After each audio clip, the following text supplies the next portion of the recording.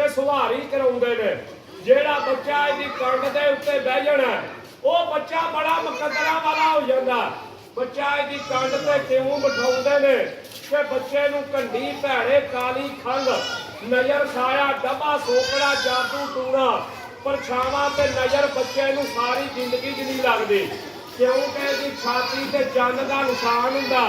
इहदे ते दुआ कलंदर पाक दी एवें नहीं सियाणे कहंदे काले विछ दी सवारी ते ना दुख रवे ते ना रवे बीमारी।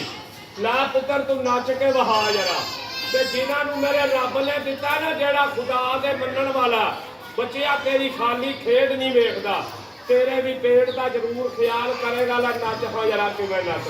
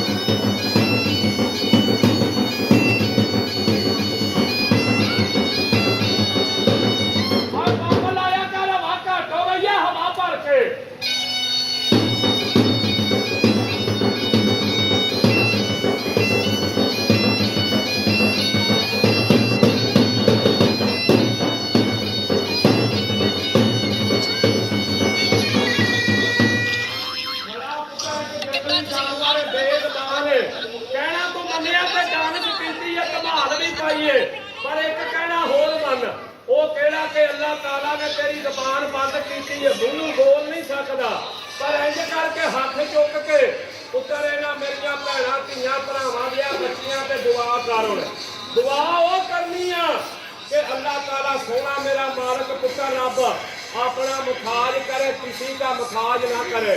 ते बच्चिया जिन्हों मेरे रब ने दिता पुत्र तेरे भी पेट का ख्याल करके आ 10 20 40 50 100 पुत्र तेरे दुध ते रोटी दी गोशत लई जेड़ा तैनू देवे ओदे ते दुआ कर। अल्लाह